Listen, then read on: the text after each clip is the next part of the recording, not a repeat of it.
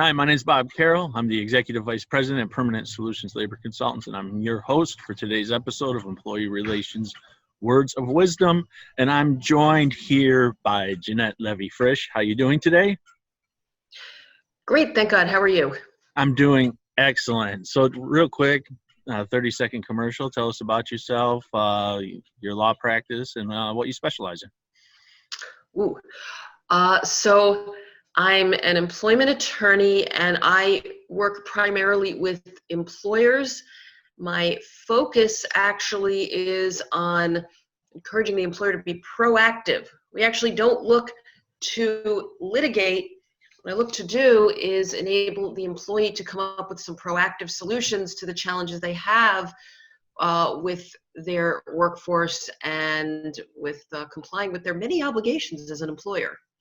That's kind of the nutshell version there. Very, very, very cool. And we decided that we were just going to freeform talk today about the last few months, the COVID-19 scare, and of course what we have going on right now with the many protests around the country. And I guess I'll just throw it to you. What do you think about everything that's gone on over the last 3 months and how it's going to affect the workplace? Wow, that's a very open-ended question. So, I think what I would start with is certainly the pandemic because, well, that was here first. It's been with us for a while, and I think it's going to be with us for a while. And what do I think in terms of the workplace? I certainly think that there may be a lot of employers that would like to go back to the way things were before. In some ways they may be able to, but I don't think everything will be exactly the same. For one thing, before the pandemic, I think you had a lot of employers who felt that, for one thing, remote work was not possible, not a good idea, couldn't do it. And clearly the way we've had to deal with the pandemic calls that into question. At best, a lot of people have been working from home. So are we going to see more of that in the future? Perhaps. I think we have to at least consider that possibility. I think it's going to be harder for employers to deny requests to work from home, especially if they're going to be reasonable accommodation requests.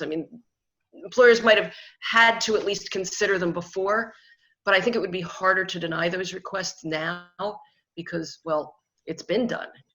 So, that would certainly be one thing I'd point to. I'd say the other is with respect to safety and health issues. There are things that we've had to look at differently, and we're going to have to keep looking at differently. For one thing, I think in general, not just as employers, but the world in general, I think if we see a potential threat, we're going to have to respond to it sooner. We got to take it more seriously because, let's face it, we were a little slow to respond. And I think that's one of the reasons it spread as fast in the way it did. We wouldn't have OSHA if there was no safety complaints, correct?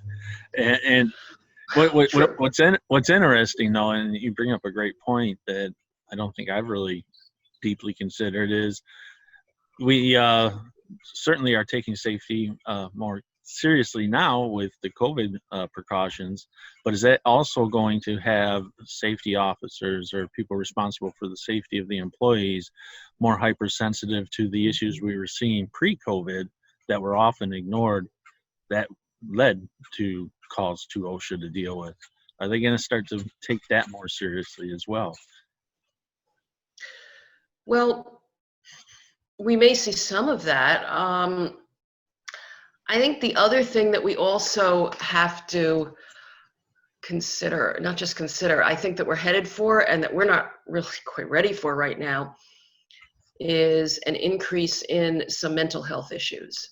There is no way you can go through this kind of, through a pandemic of these proportions and not have mental health issues. My gosh, this is, on a good day, this is scary. And we've all been impacted by it. If we weren't sick with it, we know someone who's sick with it. We may have had a family member who was sick with it. And, as somebody, I did have a family member who had it. And I had to also look at oh my gosh, when it was when it was really bad, and the symptoms, and it's scary, and you don't want to think about what if this person doesn't pull through, or that kind of thing. So there are employees who are dealing with that. There are employees who have also just even kids that have been home from school. Maybe there is camp this summer, maybe there isn't. So you're going to have employees that they've always been juggling responsibilities between their family and work, and now that's become more of a challenge. And on a good day, that's stressful. And stress will, especially if somebody may have a predisposition toward a psychiatric issue, stress can tip the scales there. So I think we're going to need to pay more attention to that if there are businesses that have been closed down and they're opening up again. At the very least, we have to check in with our employees. How is everything? Is everything okay? Do employers, if they have an EAP, an employee assistance plan, make sure employees know about that, refer them to that, consider getting one even. Those are just a few things. I mean, this could go on and on. It's going to be way beyond the time that we have together today. Right. But those are just a few things. And I think that's something I think we are headed into, if not a crisis, certainly a very big challenge on the mental health end. And that concerns me because I don't think we're quite ready for that. I think that was a challenge for us even before COVID-19. And that's probably, that may push it some more. Well, let's segue into the protests and the call for change in our country that's going on right now. As soon as that started, I knew that would carry into the workplace. And sure. I think employers have to be knowledgeable on how to speak to their employees about what's going on in the world, and at the same time not afraid to talk about it. I think the ones that are afraid to talk about it are going to put themselves in far more harm's way than having open discussions. What's your thoughts on that? Well, I would say that can certainly be true for pretty much anything, especially the protests that are going on. I think, I've seen that a lot in general with employers who may say, I'm not going to bring up anything, or I'm not going to tell employees their rights because that'll give them ideas. I don't want anybody to start thinking they can start asserting rights, and I don't want anybody to start thinking that they can start complaining, whatever. Listen, people now, we're in the information age. So you think because you withhold information or because you don't discuss something that employees are never going to get those ideas, I would say you're not giving your employees enough credit if you think that way. I think the big thing, Janette, is to have open discussions about unconscious biases and all the biases that not only management, but the employees as well. In fact, when I do my bias training, I encourage the employer to have the employees involved in that training. It's way more powerful when the employees are involved and you have discussions and you listen. And you get to understand. Now, remember, I'm separating this from what's going out in the streets to what's going on in the workplace. You listen to the concerns from everybody. Doesn't matter what class you're in, if you're in a protected class. You're listening to everybody's feelings, how they feel at work, how they're treated at work. Yes. And I just think that makes a more, not only a safer place for people to work mentally, but also a more productive place, and great ideas can come out of those conversations. I mean, I think it's a good idea to take the pulse periodically anyway. I'm somebody who has this talk and listen to your employees, because that's where you're really going to, if you want to know whether there's any issues in your workplace, they're your best source. And I think even with things like biases, whether they're conscious, unconscious, whatever, but I would say that the protests highlight the importance of making sure that your workplace is as free of harassment and discrimination as possible. And you're not going to know that if you don't talk and listen to your employees. And you'd say, well, we have a complaint procedure. Yeah, okay. That's not exactly proactive. It's just say, well, there's a complaint procedure, and if they have a problem, they can come and complain. and you don't have to have a formal discussion, but just if there's somebody who gets out from behind their desk, gets out of that corner office or whatever, and talks and listens to employees. How are things going? Are there any concerns, that you have about the workplace and about work relations that perhaps I should know about? And that doesn't necessarily mean that because you encourage an employee to talk about it, that all of a sudden there are going to be problems. If anything, maybe what will happen, and more likelihood what will happen, is you'll hear about something perhaps before it becomes a big problem. Somebody expresses a concern. You take steps to address it. You do it in as non-threatening a way as you can. You just say, hey, listen, we're all human beings with different emotions and different biases, and we are all coming together here to work together. We're a diverse group. We want to be a diverse group. We want to have different viewpoints, but we want to respect everybody, each person's viewpoints and their rights to their opinion. And everybody here, we want everybody here to be safe. Now, there may be certain times we say, yeah, certain discussions are probably not appropriate to have in the workplace. We don't want to really get into political debates in the workplace if we can help it. That sort of thing. There may be certain public figures, no, we're not going to bring them to speak in the workplace. We understand, you might go listen to Reverend Al Sharpton talking or whatever. Okay, but we're not bringing him to the workplace. That's not here. Look, we still are here to get work done. And so we can respect the fact that people are from different backgrounds and of differing opinions. At the same time, though, of course, we have to give priority to work. And these things come into play to the extent that they impact our ability to perform our jobs and to do it safely. And I think I would end on one key thing that I've picked up on, and it came through listening to different peers of mine. I just did an interview last week with a best-selling author on the subject of diversity and leadership, and we were talking about this last week, and it is so paramount that if you're going to pursue, and I think this is one of the areas we made a mistake before, we put diversity into our workplace, but a lot of people that were doing it really had no heart and soul behind it. And if you don't have heart and soul behind it, your employees see right through it. And it's the same thing when you talk to people about what's going on right now, or you put an open letter out to the public saying how you support the Black Lives Matter movement, and you are doing it more for a publicity stunt, and you have no heart and soul behind it. People are going to see right through it, and it's going to destroy your business, destroy your relationship with your employees. You have to mean it. And I think when we start talking about the subject of culture and race and, the struggles people have in their lives and in the workplace, the leaders of these businesses have got to believe in it. They have to have, and I was talking a couple of weeks ago to our Chamber of Commerce and made a statement. Right after I made a statement, another Black woman that is part of the Chamber of Commerce released a video almost word for word. And what I said was, if you don't mean it, don't do it. Because it's just going to shoot you in the behind. You have to have some faith in that. What do you think about that? I wholeheartedly agree. I would go even further and say that it's, you can mean it, but you have to show you mean it. You have to walk your talk. So it's nice to make a statement. Anybody can make a statement. I can take out a one-page ad, a full-page ad in whatever, the New York Times, the LA Times, the Washington Post or whatever.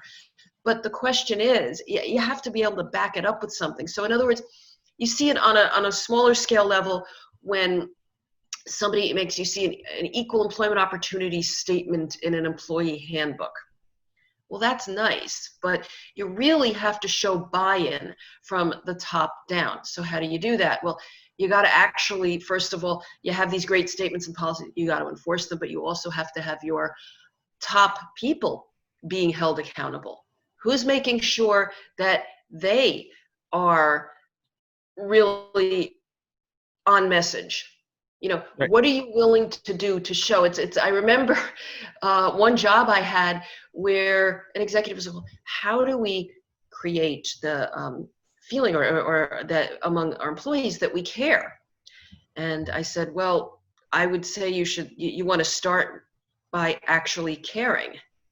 And It's I just a sort of novel got idea. the look. But yeah, and okay, so you actually care, but you have to really follow through this. What actions can you take that show that you really are committed, not just to diversity? Okay, you can bring in a diverse workforce, but then how do you manage that diverse workforce? What are you going to do? It's not just how are your policies going to reflect it, but number one, are you going to actually carry out those policies? What are you going to do when somebody does complain? How will you treat those people? Are you going to make sure that somebody can safely complain they're not retaliated against? What are you going to do just day to day when you're dealing with just different people in the workforce, and they may have, you know, different cultural views of things too? And, you know, are you going to not only train your managers, but are you going to be monitoring, you know, how things are going, you know, with those managers, with those employees, as opposed to, I'm going to train the managers and they've had their training, they've had it once, maybe they get a refresher once a year, and in between then bye, have a good time. How's that showing commitment? If we want to end a lot of the biases that we have, why aren't we teaching this in our schools to our children when they're, you know, first entering school all the way through high school? It only makes sense. If that's the direction we're heading, and I'm not talking about, you know, teaching them about racial division and that stuff. I'm talking about teaching them about the unconscious biases that we all have and how to control them. Learn it young and have it under control by the time you're out of high school. Well, I think the thing that we have to be realistic about is, should it be taught in school? I mean, look, I don't have school-age kids at this point, and I didn't have, you know, my kids were not in the public schools, so I really don't know what the public schools are teaching with that. Although my understanding is, I think they do something with that. I know there's a lot on anti-bullying, and I've heard some other things too. So I think the schools are trying, but I can't really comment in more detail on what the schools are, aren't doing, or should do. What I can say, though, is that schools can do some of it, but listen, we have certain things, kind of biases or whatever, that we're going to come into school with because there are things we pick up from home. And so there's, yes, schools can do a lot, but we can't police parents in their own homes what they're telling kids. That's the problem we have, Janette. Everything that is coming to a boiling point now has been passed down from generation to generation to generation, maybe filtered down, but that's where the unconscious biases come in. They've been filtered down to a point where, you know, I freely, when I do my training, Janette, I freely admit in front of a room, and I don't care if it's a room full of black people, white people, it does not matter to me. I admit to my faults. I admit that I have judged people on the color of their skin, judge people on the way they look, judge people, and not on purpose. It was not done on purpose. But after the fact, I have realized that I made a judgment and it was unfair. And about 4 years ago, I started a true journey in discovering unconscious bias and learning how to control it. And doing the job I do when I'm in a union avoidance situation, I really need to be able to communicate to people openly and understand them. And it has made my job so much better. Well, I mean, I can give you a personal example. So, you know, several years back, I was in this one law firm that, you know, and there was, whatever it was getting ready for a meeting with some people who were coming in. And now I always dressed nicely and professionally. I did not necessarily believe, especially if I wasn't going to court, I did not believe in, you know, the power suit. But I was always dressed nicely and professionally. And one time I did offer, if somebody wanted coffee, you know, I would just bring coffee, you know, I'm getting coffee, do you want some? And I realized later from something else they said, not outright, that originally, then when I sat down to meet with them, they were surprised because they thought I was one of the administrative assistants. They didn't realize I was the lawyer. And, you know, so I realized it wasn't only because I wasn't in a suit, I was a woman, and I am told I look a little younger than my actual age. So I think because I looked, I guess, somewhat young, and I was a woman and whatever. So, there was that. I had another job where, I didn't have an administrative assistant, and on my performance evaluation, they actually were commenting on the state of my filing system. And I said, you hired an in-house counsel, you didn't hire a secretary. I never claimed to be a secretary.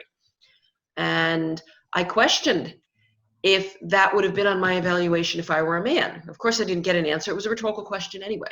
So I've encountered it. We all encounter it, and I agree with you. We all do that without realizing it. And I think you're right. It's something we should certainly admit to ourselves that we do, but maybe not judge each other for doing either. Just say, okay, we have that. Now let's try to work with it and see what we can do. But to get back to what you're saying about school, the other thing that I think we also have to be looking at is, yes, we can teach it in school, but then we also have to be monitoring how are our teachers and administration actually implementing what they're teaching.